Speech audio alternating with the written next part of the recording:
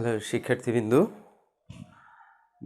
আজকে আমি তোমাদের গণিতের পরিবারের পক্ষ থেকে দশম শ্রেণীর জ্যামিতি অধ্যায়ের 14 অধ্যায়ের যেটা অনুপাত, সদৃশ্যতা এবং প্রতিসমতা নিয়ে আলোচনা করব আজকে।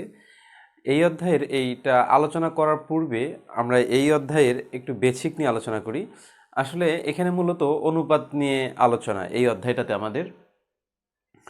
তো এই অনুপাত জিনিসটা কি, আমরা আসলে ক্লাস 7 থেকে অনুপাতের সঙ্গে ভালো পরিচিত হয়ে আসছি।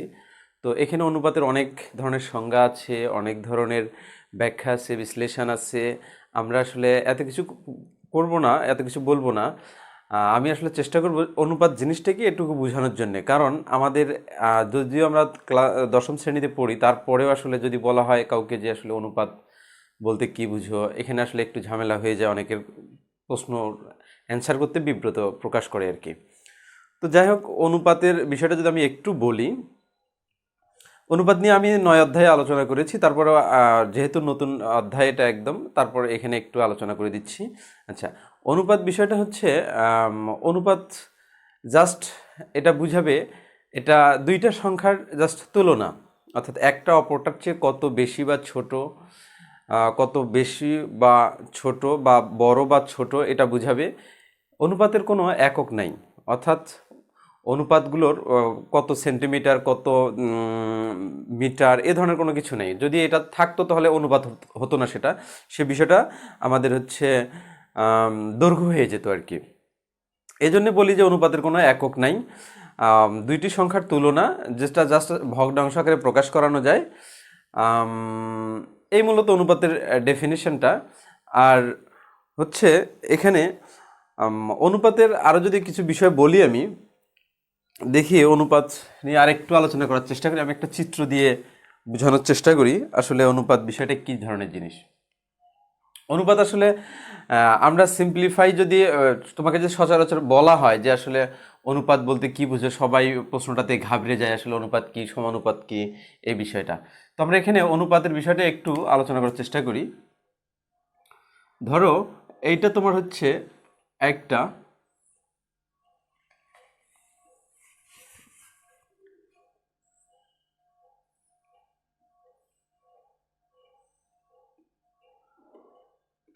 এইটা তোমার হচ্ছে একটা পাসপোর্ট সাইজের ছবি দিচ্ছি, আর এইখানে তোমার একটা দিচ্ছি আমি স্ট্যাম্প সাইজের ছবি। ছবিটা কি ধরনের দেখো,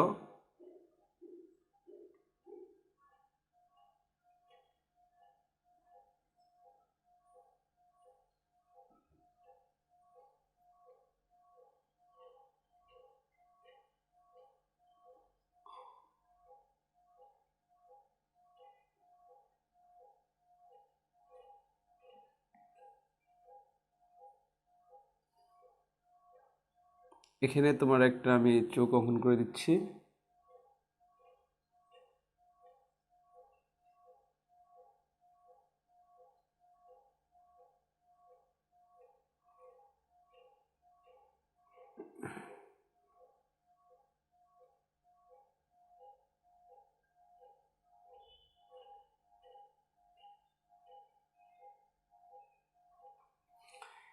এই হচ্ছে তোমার, এটা হচ্ছে স্ট্যাম্প সাইজের ছবি ধরে নিচ্ছি, এটা হচ্ছে পাসপোর্ট সাইজের ছবি ধরে নিচ্ছি আমি। তো এই ছবিটা আসলে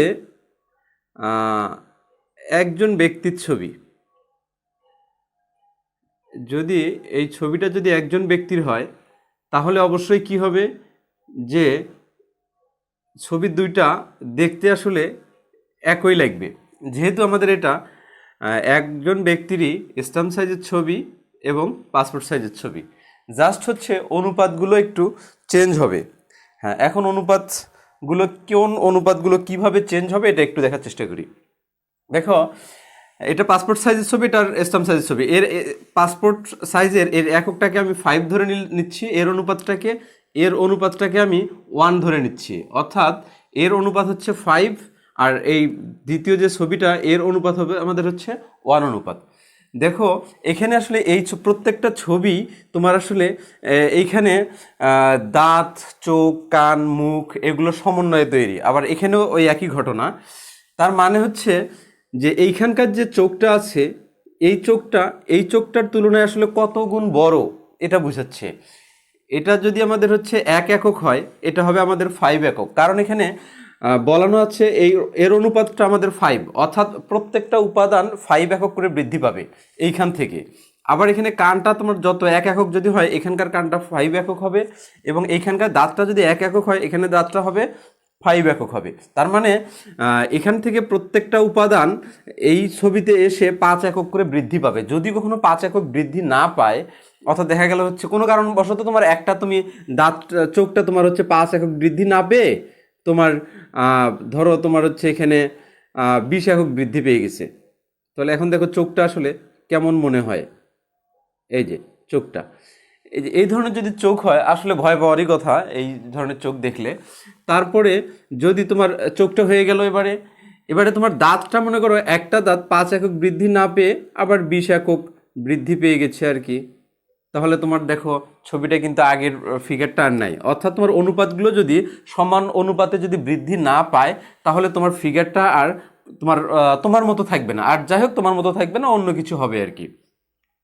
ঠিক তেমন একইভাবে যদি এই কানটা যদি আমাদের 5 একক বৃদ্ধি না পেয়ে এমন হয়ে গেছে কানটা, তাহলে আসলে এখানে আর তোমার পিকচার তুমি নিজেই চিনতে পারবে না, এবং অন্ধকারে দেখলে তুমি নিজেই ইনশাল্লাহ ভয় পেয়ে যাবে আর কি। তো এই বিষয়টা হচ্ছে আমি এটুকু বুঝাচ্ছি যে সবগুলো অনুপাত এই স্টাম্প সাইজের থেকে পাসপোর্ট সাইজে যখন আমি ছবিটা তৈরি করব, তখন এই ছবির স্টাম্প সাইজের চেয়ে প্রত্যেকটা উপাদান 5 একক করে বৃদ্ধি পাবে অ্যাটলিস্ট। এখানে কোনো একক নেই। তাহলে আমরা এভাবে বলতে পারি যে অনুপাতটাকে, যে স্টাম্প সাইজের চোখ এটাকে পাসপোর্ট সাইজের চোখ দ্বারা ভাগ করতে হবে। আবার স্টাম্প সাইজের দাঁত এখানে পাসপোর্ট সাইজের দাঁত অপেক্ষা বড় দাঁতের অনুপাত হবে। আবার হচ্ছে স্টাম্প সাইজের কান পাসপোর্ট সাইজের ইকুয়ালস টু এখানে 1:5 হবে। তো এই হচ্ছে আমাদের মূলত অনুপাতের ব্যাখ্যাটা, যে আসলে দেখো স্টাম্প সাইজের চোখ এবং পাসপোর্ট সাইজের চোখ এর অনুপাতটা আসলে 1:5, এখানে কিন্তু তাই ধরাইছিলাম আমরা। আবার স্টাম্প সাইজের দাঁত পাসপোর্ট সাইজের দাঁত ইকুয়ালস টু এটা হবে আর কি। তার মানে হচ্ছে দেখো আমি এখানে একটা পার্ট, দুটা পার্ট, তিনটে পার্ট, এভাবে অনেকগুলো ক্ষুদ্র ক্ষুদ্র উপাদান আছে। এই উপাদানগুলো সবগুলোই এই 1:1:5 এর অনুপাত হবে আর কি। এখন আমি এটাকে তাহলে লিখতে পারি, যদি স্টাম্প সাইজের চোখ বাই পাসপোর্ট সাইজের চোখ ইজ ইকুয়ালস টু হবে 1:1/5। তার মানে এটা হচ্ছে অনুপাতের অপর নাম হচ্ছে ভগ্নাংশের অপর নাম কিন্তু হচ্ছে অনুপাত, বা অনুপাতের অপর নাম ভাগও বলা যায়। এই ধরনের একটা ক্যালকুলেশন আছে আমাদের। তো আমরা এটাকে আমরা হচ্ছে ভগ্নাংশ আকারে লিখছি। অনুপাতে প্রকাশ করলে স্টাম্প সাইজের চোখ ইজ টু পাসপোর্ট সাইজের চোখ ইকুয়ালস টু হবে 1:5। তো এটাও আসলে আমাদের একটা প্রকাশ, এটাও এক ধরনের প্রকাশ আর কি। দুইটা প্রকাশই ঠিক আছে। তো আমরা এইভাবে এই পার্টটা নিয়ে আমরা এটা ক্যালকুলেশন করতে পারি, এই পার্টটা নিয়ে এটা ক্যালকুলেশন করতে পারি, দেন এই পার্টটা নিয়ে এটা ক্যালকুলেশন করতে পারি আমরা।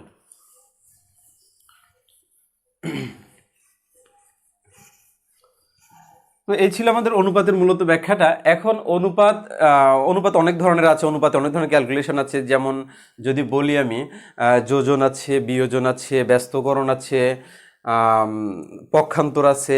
এই ক্যালকুলেশনগুলো আমরা জানি, আমরা ক্লাস 9, 10 এগুলো 8, 9, 10 এগুলো আমরা শিখে আসছি।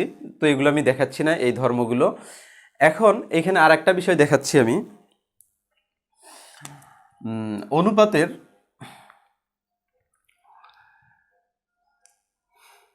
অন্তর্বিভক্তিকরণ, অর্থাৎ বিভক্তিকরণ সূত্র। বিভক্তিকরণ কি জিনিস এটা একটু দেখার চেষ্টা করি আমরা। ডিভিশন আর কি, ডিভিশন ফর্মুলা বলে এটাকে, বিভক্তিকরণ সূত্র।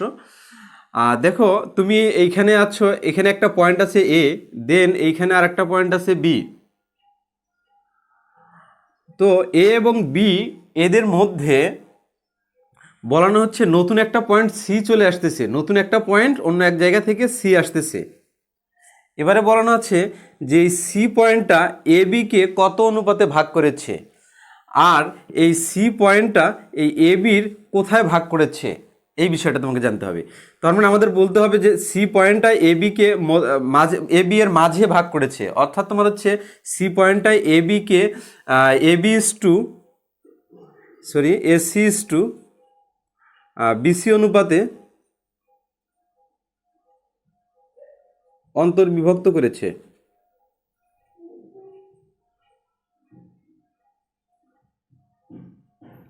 তাহলে আমরা লিখতে পারি সি পয়েন্টটা এ বিকে এসি ইস টু বিসি অনুপাতে অন্তর্বিভক্ত করেছে, অর্থাৎ এ বি এর মাঝে যদি কোনো কিছু নতুন একটা পয়েন্ট আসে তাহলে এই পয়েন্টটাই এ বি রেখাটাকে তত অনুপাতে অন্তর্বিভক্ত করবে, অর্থাৎ মাঝে থাকলে সেটা অন্তর্বিভক্ত। এবার হচ্ছে আমরা বহির্বিভক্ত একটু দেখানোর চেষ্টা করি। বহির্বিভক্ত যে তোমার হচ্ছে এখানে একটা পয়েন্ট আছে এ, দেন এখানে একটা পয়েন্ট আছে আমাদের বি। এখন কথা হচ্ছে বহির্বিভক্ত, আমি এখানে একটা সি পয়েন্ট নিচ্ছি, এইখানে দিচ্ছি। তার মানে এই বহির্বিভক্ত মানে এই রেখাটাকে, প্রথম রেখা যেটা ছিল আমাদের এ বিটাকে সি পয়েন্টটা কিভাবে বিভক্ত করেছে। হ্যাঁ, তুমি এখন বলতে পারো যে ভাই আসলে সি পয়েন্টটা তো আসলে বাহিরে, কিভাবে এ বিটাকে সি পয়েন্টটা বিভক্ত করে। হ্যাঁ, এখন দেখো যদি আমি নর্মালি বলি যে আসলে এখানে তুমি বসে আছো, এখানে আর একজন তোমার ফ্রেন্ড বসে আছে, বি বসে আছে, বা আবুল বা বাবুল এখানে বসে আছে ধরো, তাহলে এই পার্টটা নাই। এখন তোমার বলানো হচ্ছে যে এ বি এর ডিস্টেন্স কত, আবুল আর বাবুলের মধ্যে ডিস্টেন্স কত, তাহলে কিন্তু তুমি বলতে পারবা যে আসলে 10 একক দূরত্ব ডিস্টেন্স। এখন বলানো হচ্ছে তোমার আরেক ফ্রেন্ড, এখানে তোমার কাবুল চলে আসছে আর কি। এই কাবুল যখন আসবে এ ক্যাটালিস্ট হিসেবে কাজ করবে, অর্থাৎ প্রভাবক হিসেবে কাজ করবে। ক্যাটালিস্ট বা প্রভাবক হিসেবে কাজ করবে আমাদের হচ্ছে সি পয়েন্টটা। প্রভাবক হিসেবে কাজ করবে কি ধরনের, অর্থাৎ এইখানে সি যদি প্রভাবক হিসেবে কাজ করে তাহলে এ বি এর ডিস্টেন্স আর ক্যালকুলেট করা যাবে না। এখন তোমার সি এর সাপেক্ষে, তাহলে আমি এটা যোগ করে দিচ্ছি, তাহলে সি পয়েন্টটা ভাগ করবে। দেখো সি পয়েন্টটা তাহলে এসি ইস টু বিসি অনুপাতে কত ভাগ করবে, অর্থাৎ এসি ইস টু তোমার হচ্ছে বিসি, অর্থাৎ তোমার হচ্ছে এ থেকে সি বিন্দুর দূরত্ব এবং বি থেকে সি বিন্দুর দূরত্ব আমাদের বের করতে হবে, অর্থাৎ অনুপাতটা হচ্ছে আমাদের এসি ইস টু বিসি। কেউ যদি আবার আসলে এটা করে A B is to AC BC করে, A B is to BC করে, তাহলে এটা আর বহির্বিভক্ত হয় না। কারণ এখানে যে পয়েন্টটা ক্যাটালিস্ট হিসেবে কাজ করবে, এখানে সি পয়েন্টটা, এই সি পয়েন্টটার সাপেক্ষে এ পয়েন্টটার ডিস্টেন্স এবং বি পয়েন্টটার ডিস্টেন্স, অর্থাৎ তোমার তৃতীয় যে বন্ধু চলে আসলো, এই তৃতীয় বন্ধুর সাপেক্ষে প্রথম বন্ধুর ডিস্টেন্স অনুপাত, ডিস্টেন্সের অনুপাত, এবং ওই তৃতীয় বন্ধুর সাপেক্ষে দ্বিতীয় বন্ধুর ডিস্টেন্সের অনুপাত, এটা হচ্ছে আমাদের বহির্বিভক্তকরণ। তো এবারে আমরা একটু থিওরিতে যাচ্ছি। দেখো এইখানে যদি আমাদের এখানে একটা ত্রিভুজ আছে, এইখানে আর একটা ত্রিভুজ দিচ্ছি, এটা হচ্ছে আমাদের এবিসি ত্রিভুজ, এখানে ডিইএফ আর একটা ত্রিভুজ দিচ্ছি আমি। তো বলানো আছে যদি এই ত্রিভুজের উচ্চতা যদি একই হয়, এখানে এইচ দিচ্ছি, এখানেও এইচ দিচ্ছি আমি, দুইটা ত্রিভুজের উচ্চতা যদি একই হয় তাহলে এই ত্রিভুজের ক্ষেত্রফল এবং এই ত্রিভুজের ক্ষেত্রফলের অনুপাত সমান হবে। তো এর ভূমিটা আমি এ ধরতেছি, এর ভূমিটা আমি বি ধরতেছি। বলানো হচ্ছে যে যদি দুইটি ত্রিভুজের উচ্চতা একই হয় তাহলে ওই ত্রিভুজদ্বয়ের ক্ষেত্রফল এবং ভূমির অনুপাত একই হবে। তোমরা কথাটা লিখে নিতে পারো না, কারণ আমাদের এটা মুখস্থ রাখতে হবে, থিওরিগুলোতে আমাদের কাজে লাগবে। তাহলে এখানে এর ক্ষেত্রফলের অনুপাত এবং ভূমির অনুপাত একই হবে। এর ক্ষেত্রফলটা কত, একটা ত্রিভুজের ক্ষেত্রফল হাফ ইন্টু ভূমিকরণ উচ্চতা, হাফ ইন্টু ভূমি কত, এ ইন্টু হাইট কত আমাদের এইচ, ইজ ইকুয়ালস টু, এখানে আবার এর অনুপাতটা হবে এর অনুপাতের সমান, এর ক্ষেত্রফলের অনুপাত এর ক্ষেত্রফলের অনুপাতের সমান। তাহলে এখানে আমাদের কত আসে, হাফ ইন্টু ভূমিকরণ উচ্চতা, আবার হাফ ইন্টু ভূমি কত আমাদের, বি ইন্টু হাইট কত, উচ্চতা হচ্ছে এইচ। এটা যদি ক্যালকুলেশন করি আসলে দেখো কত আসে, কেমন আসে, এই হাফ হাফ ক্যান্সেল হয়ে যায়, তাহলে এইচ এইচ ক্যান্সেল হয়ে যায়, তার মানে A equals to A is to B আসে, এ ইস টু বি আসে। দেখো এটাকে আসলে আমি কি ধরেছিলাম, এখানে ভূমি, এবং এখানে বিটাকে এখানে কি ধরেছিলাম, এখানে ভূমি ধরেছিলাম। তার মানে A:B, অর্থাৎ এদের ভূমির অনুপাতগুলো আমাদের হচ্ছে সমান হবে সর্বদাই, একই হবে। এরপরে যদি আর একটাতে যাই আমি, প্রথম কন্ডিশন চলে গেল, এবার দ্বিতীয় কন্ডিশনে আর একটা কন্ডিশন হচ্ছে, যদি দুইটা ত্রিভুজের ভূমি যদি একই হয়, ভূমি যদি একই হয়, অর্থাৎ এখানে যদি এ হয়, এখানে যদি এ হয়, এবং উচ্চতাটা যদি ভিন্ন হয়, এখানে এইচ, এখানে পি দিলাম, ডি দিলাম, এখানে ডিস্টেন্স দিলাম, তাহলে হচ্ছে এদের আবার ওই একই মতো যে আসলে দুইটার ক্ষেত্রফলের অনুপাত সমান হবে, এবং তাদের হচ্ছে উচ্চতা সমান হবে আর কি। অর্থাৎ প্রশ্ন যদি লিখি, যদি দুইটি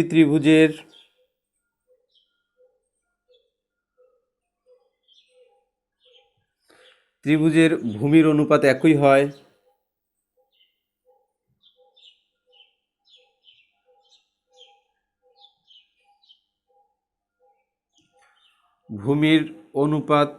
ভূমি একই হয়, এটা লিখে দিচ্ছি, একই হয়, তবে ওই ত্রিভুজের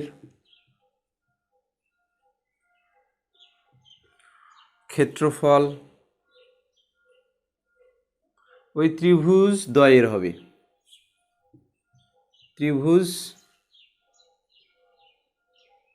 ত্রিভুজ দ্বয়ের ক্ষেত্রফল এবং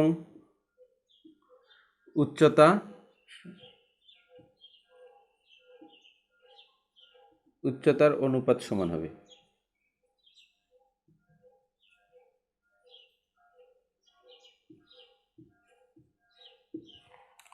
অর্থাৎ যদি দুইটি ত্রিভুজের ভূমি একই হয়, অর্থাৎ এখানে ABC যে ত্রিভুজটা এবং DF যে ত্রিভুজটা, এই ত্রিভুজের ভূমির অনুপাত হচ্ছে A, এবং এই ত্রিভুজের ভূমি হচ্ছে A, অর্থাৎ দুইটি ত্রিভুজের ভূমি যদি একই হয়, তাহলে ত্রিভুজদ্বয়ের ক্ষেত্রফল, এর ক্ষেত্রফল এবং এর ক্ষেত্রফল সমান হবে। তো আমরা দেখি তাহলে এর ক্ষেত্রফলটা কত হয়, আগের মতোই হাফ ইন্টু ভূমি গুণন উচ্চতায়, A ইন্টু হাইট হচ্ছে H, এর অনুপাতটা হবে হাফ ইন্টু ভূমি গুণন উচ্চতা, ভূমি আমাদের কত এখানে A, ইন্টু হাইট হচ্ছে D, ক্যালকুলেশন করলে হাফ হাফ কেটে যাচ্ছে, A আর A কেটে যাচ্ছে, অর্থাৎ H/D থাকে আমাদের। তো আমরা এখানে মোটামুটি দুইটা থিওরি শিখে ফেললাম, ছোট থিওরি আর কি এটা, যে আসলে এই দুইটা দিয়ে আমরা আসলে কাজ করতে পারবো।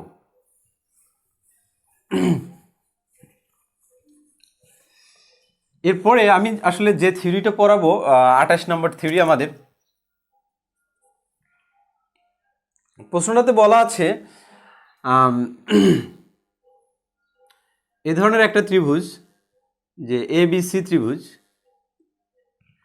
ABC ত্রিভুজের BC বাহুর সমান্তরাল আর একটা বাহু ডি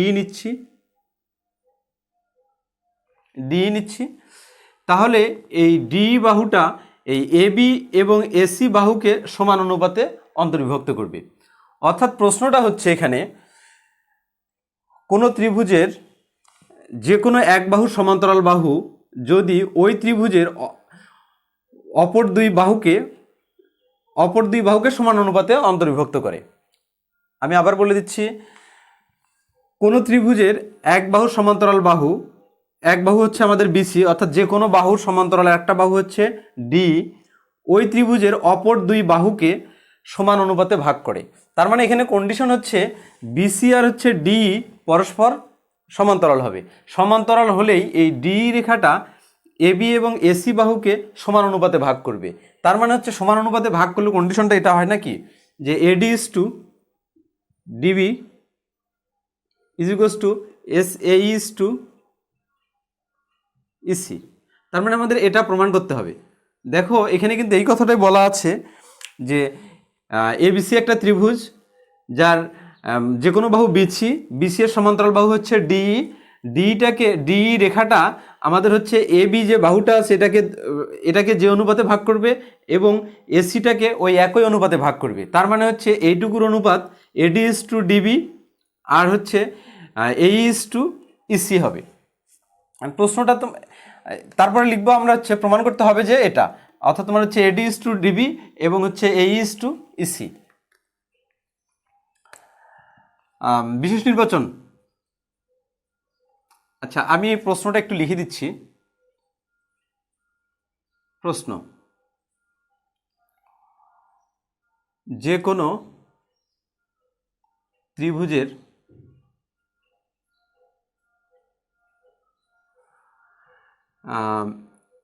এক বাহুর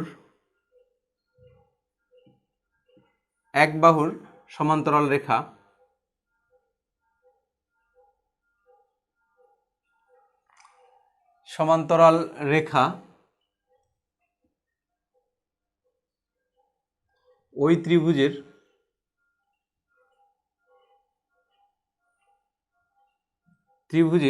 অপর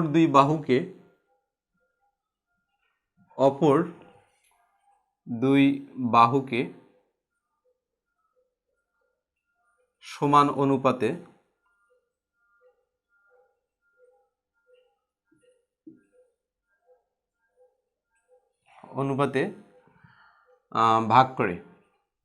বিভক্ত করে। দেখো, আমি যে এই কথাটা লিখছি যে ত্রিভুজের যে কোনো ত্রিভুজের এক বাহুর সমান্তরাল রেখা, একটা ত্রিভুজের যে কোনো এক বাহুর সমান্তরাল রেখা ওই ত্রিভুজের অপর বাহুদ্বয়কে, বিসি এর সমান্তরাল রেখা ডি, তাহলে এই ডিটা অপর বাহুদ্বয় কোনটা, এই বাহু তো চলে গেছে, এবং এবি এবং এসিকে সমান অনুপাতে, দুই বাহুকে সমান অনুপাতে বিভক্ত করে।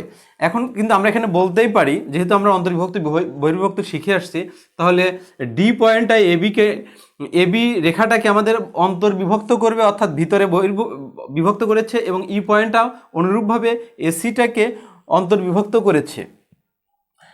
এখন এটি হচ্ছে আমাদের প্রশ্ন। এখন যদি আমি আরেকটা কাজ করি এখানে, যে ওই রেখা, সমান্তরাল রেখা ওই ত্রিভুজের অপর দুই বাহুকে এখানে আমি বা দিচ্ছি, বা বর্ধিতাংশকে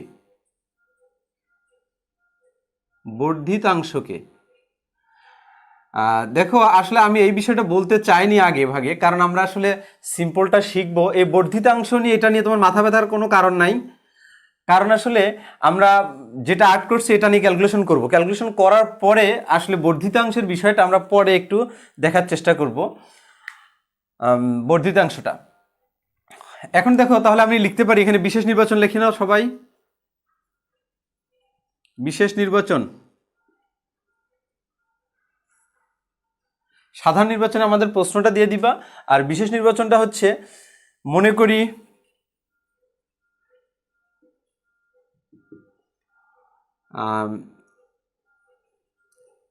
ত্রিভুজ এবিসি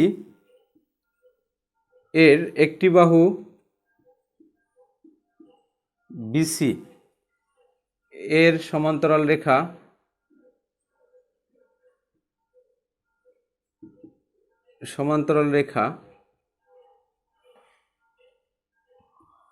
কত?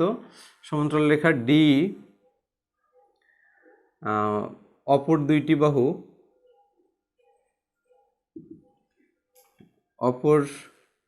দুই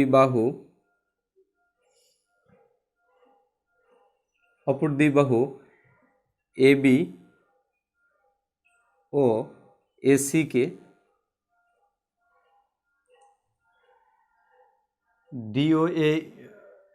ডি ও ই বিন্দুতে অন্তর্বিভক্ত করে। অন্তর্বিভক্ত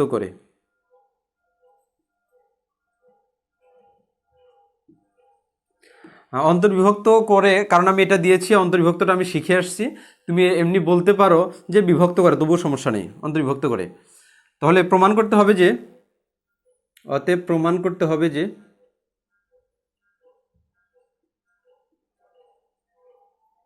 কি প্রমাণ করতে হবে আমাদের? এটা প্রমাণ করতে হবে যে AD is to DB is equals to A is to EC, অর্থাৎ হচ্ছে এ ইজ টু ইসি আমাদের প্রমাণ করতে হবে। এইটুকু আমরা অ্যাটলিস্ট শিখে ফেলছি। এখন দেখি, আমি বহির্বিভক্তের ক্যালকুলেশনটা একটু করানোর চেষ্টা করি।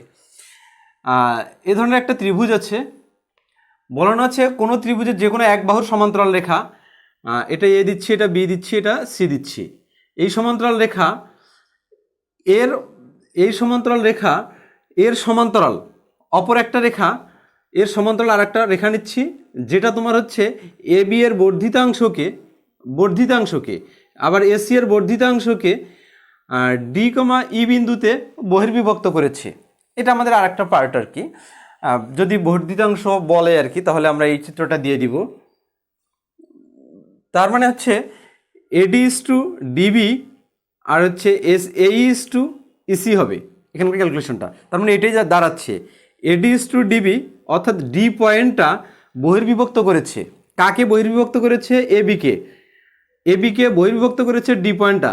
তার মানে তোমাকে হচ্ছে এ থেকে ডি নিতে হবে, আবার বি থেকে ডি নিতে হবে, কারণ আমরা অল্প একটু আগে শিখে আসছি বহির্বিভক্তের ক্যালকুলেশনটা এই ধরনের ছিল। তোমার যে তৃতীয় বন্ধু ছিল, তৃতীয় বন্ধুর সাপেক্ষে তোমার ডিস্টেন্স এবং তোমার বন্ধুর ডিস্টেন্স, অর্থাৎ আবুল এবং বাবুলের যে ডিস্টেন্সটা ছিল ওই ডিস্টেন্সটাই তোমার হচ্ছে কাবুলের সঙ্গে ছিল আর কি। অর্থাৎ তোমার এ পয়েন্টের সঙ্গে ডি এর ডিস্টেন্স কত এবং বি পয়েন্টের সঙ্গে ডি এর ডিস্টেন্সটা কত, আবার এ পয়েন্টের সঙ্গে ই এর ডিস্টেন্স কত এবং সি পয়েন্টের সঙ্গে ই এর ডিস্টেন্স কত। এটা ছিল আমাদের বহির্বিভক্ত। এখানে কিচ্ছু করতে হবে না, থিওরিটাতে শুধু সব একই থাকবে, প্রশ্নটাতে শুধু এখানে একটু তোমরা হচ্ছে অন্তর্বিভক্তের জায়গায় বহির্বিভক্ত লাগাই দিবা, আর কিচ্ছু করতে হবে না তোমাকে। এটা নিয়ে মাথা ঘামানোর কোনো কারণ নেই। আচ্ছা, তাহলে প্রমাণ করতে হবে যে আমাদের হচ্ছে এটা। এবারে যদি আমি অঙ্কনে আসি,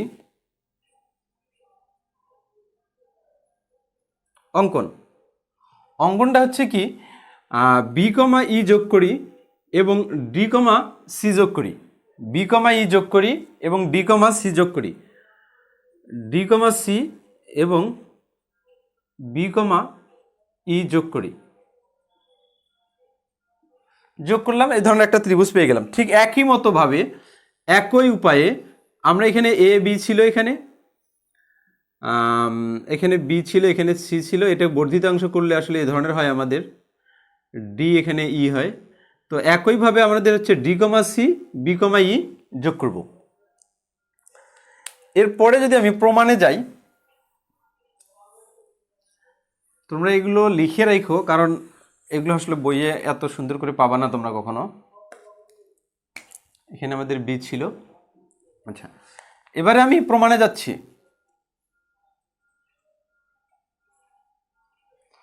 প্রমাণে দেখো, আমরা এই ত্রিভুজ এডিই ত্রিভুজ এডিই ও ত্রিভুজ বিডিই এদের যদি উচ্চতা একই হয়, উচ্চতা একই হলে আমরা লিখতে পারি, উচ্চতা একই হলে আমরা কি লিখতে পারি? আমরা জানি যদি কোনো ত্রিভুজের উচ্চতা একই হয় তাহলে ওই ত্রিভুজের ক্ষেত্রফল এবং ভূমি একই হবে, ভূমির অনুপাতটা একই হবে। তাহলে এই ত্রিভুজের ক্ষেত্রফল আমাদের কত আর এই ত্রিভুজের ক্ষেত্রফল কত? এই ত্রিভুজের ক্ষেত্রফল এডিই এর অনুপাতটা হবে, আর এই ত্রিভুজের ক্ষেত্রফল কত? ত্রিভুজ ক্ষেত্র বিডিই এর অনুপাতটা হবে, যদি কোনো ত্রিভুজের উচ্চতা একই হয় তাহলে ওই ত্রিভুজের ক্ষেত্রফল এবং ভূমি একই হবে। তাহলে এই ত্রিভুজের ভূমি আমাদের কত? এটা, এবং এই ত্রিভুজের ভূমি কত আমাদের? এটা। অর্থাৎ এই ত্রিভুজটা আমি ক্যালকুলেট করতেছি আর কি। তাহলে এখানে হবে এডি অনুপাত হচ্ছে ডিবি হবে। এটা আমাদের হচ্ছে 1 নম্বর সমীকরণ পেয়ে গেলাম। তো সিমিলার উপায়ে আর একটা ত্রিভুজ দেখি আমরা, এডিই ত্রিভুজ, আবার বা অ্যাগেইন লিখতে পারো ত্রিভুজ এডিই, অর্থাৎ এই ত্রিভুজের সঙ্গে এবারে ক্যালকুলেশন করবো এই ত্রিভুজটা।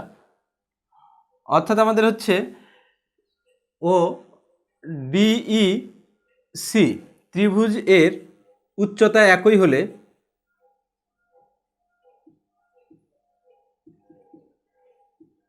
এই ত্রিভুজের যদি উচ্চতা একই হয় তাহলে কি আমরা আগের মতো করে লিখতে পারি না যে প্রথম যে যেটা আমরা শিখে আসছিলাম যে আসলে দুইটি ত্রিভুজের উচ্চতা একই হলে তাদের ক্ষেত্রফল এবং ভূমির অনুপাত সমান হবে, তাহলে এই ত্রিভুজের ক্ষেত্রফল অনুপাত কত? এই ত্রিভুজের ক্ষেত্রফল এডিই, ত্রিভুজ ক্ষেত্র এডিই এর অনুপাত ত্রিভুজ ক্ষেত্র ডিই সি এর অনুপাতটা হবে ভূমি একই। এই ত্রিভুজের ভূমি কত? এইটুকু, এবং এই ত্রিভুজের ভূমি কত? এইটুকু। তার মানে হচ্ছে এই ভাগ হচ্ছে আমাদের ইসি। এটা হচ্ছে আমাদের 2 নং সমীকরণ। এখানে আমরা আরেকটা পার্ট দেখাচ্ছি।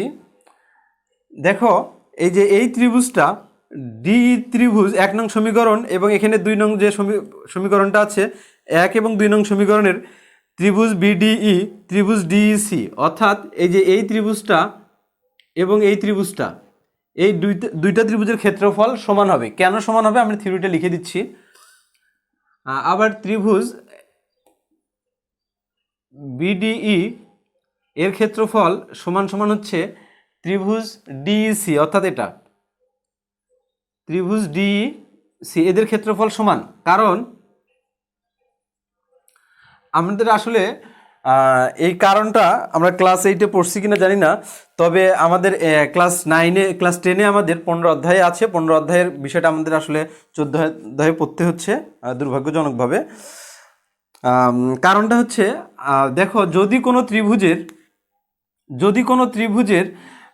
দুইটা ত্রিভুজ ভূমি একই হয়, অর্থাৎ হচ্ছে ডিবিই ত্রিভুজের ভূমি হচ্ছে ডি, এবং ডিইসি ত্রিভুজেরও ভূমি হচ্ছে ডি, অর্থাৎ দুইটা ত্রিভুজের ভূমি একই। এবং দেখো এই রেখা আর এই রেখা দুইটা সমান্তরাল, এবং দুইটাই একই সমান্তরাল রেখা যুগলের মধ্যে অবস্থিত। সুতরাং এই ত্রিভুজদ্বয়ের ক্ষেত্রফল সমান। তার মানে আমরা এখানে কন্ডিশনটা লিখে রাখতে পারি যে কারণ ত্রিভুজদ্বয় ভূমি এবং একই সমান্তরাল রেখা যুগলের মধ্যে অবস্থিত, কারণ ত্রিভুজদ্বয়ের ভূমি এবং একই সমান্তরাল রেখা যুগলের মধ্যে অবস্থিত।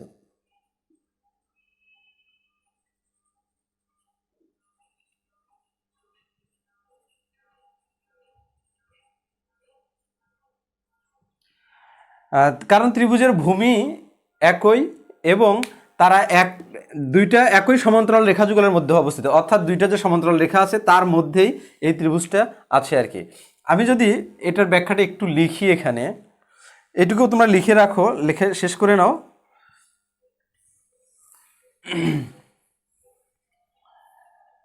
এখন দেখো ওইটা যদি আমি দেখাই, অর্থাৎ তোমার এই ধরনের একটা সমান্তরাল রেখা আছে, এখানে আর একটা সমান্তরাল রেখা আছে, এর মধ্যে তুমি যতগুলো ত্রিভুজ আট করবা, দেখো আমি এখানে একটা ত্রিভুজ আট করতেছি, এখানে একটা ত্রিভুজ আট করতেছি, এই ত্রিভুজের ক্ষেত্রফল আর এই ত্রিভুজের ক্ষেত্রফল একই হবে, অর্থাৎ এই ত্রিভুজের ক্ষেত্রফল এবং এই ত্রিভুজের ক্ষেত্রফল একই হবে।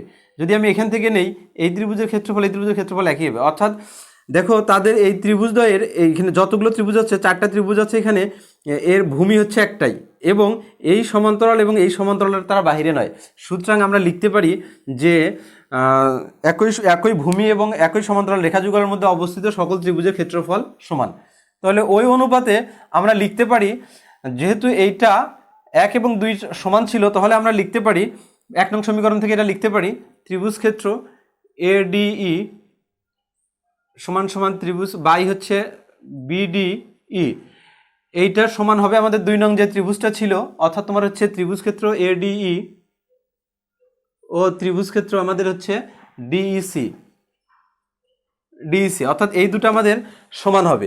যদি সমান হয় তাহলে এই পার্টটা সমান সমান আমরা কি লিখতে পারি, AD is to DB, AD by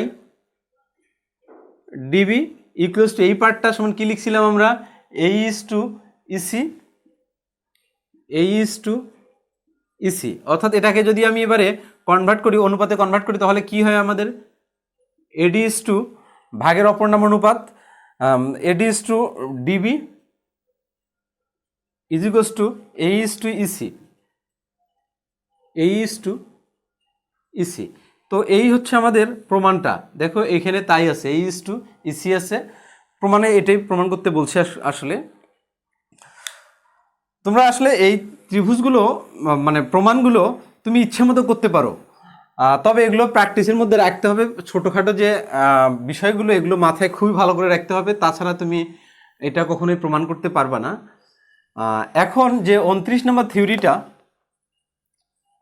28 নম্বর আমি শেষ করে ফেললাম।